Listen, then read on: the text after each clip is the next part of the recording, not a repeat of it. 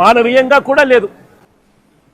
తెలుగు ఉచ్చరించడం కూడా ఇంతవరకు నేర్చుకోరా నువ్వు. నాలిక మందం మాత్రం తగల.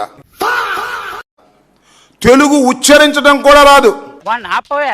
వాడు ఫ్లోలో ఉన్నాడు, ఏం తగ్గట్లేదు.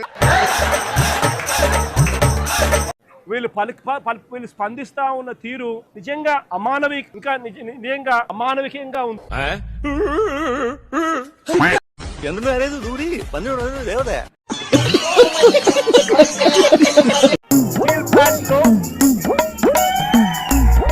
కార్మికులు ఎలా బ్రతుకుతా ఉన్నారు?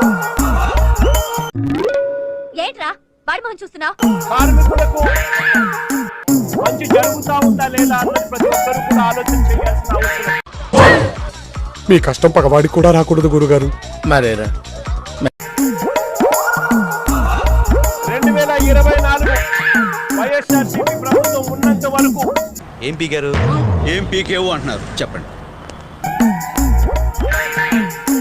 కార్మికులు, స్టీల్ ప్లాంట్ ఎంప్లాయీస్ ఎలా బ్రతికే వాళ్ళు ఇప్పుడు నీకు వాడికి సంబంధం ఏంట్రా? కత్తికి బొచ్చుకి ఉన్న సంబంధం. నేను అడుగుతా ఉన్నా విక్స్ గోలీ వేసుకో, కిచ్ కిచ్ పోగొట్టుకో. చంద్రబాబు నాయుడు గారు ప్రభుత్వం వచ్చిన తర్వాత వీళ్ళ కూటమి ప్రభుత్వం అధికారంలో ఉన్న నేపథ్యంలో ఎలా బతుకుతా ఉన్నారు కార్మికులు, ఎంప్లాయీస్? అంతా బాగానే ఉంది. ఒకసారి గమనించినట్లయితే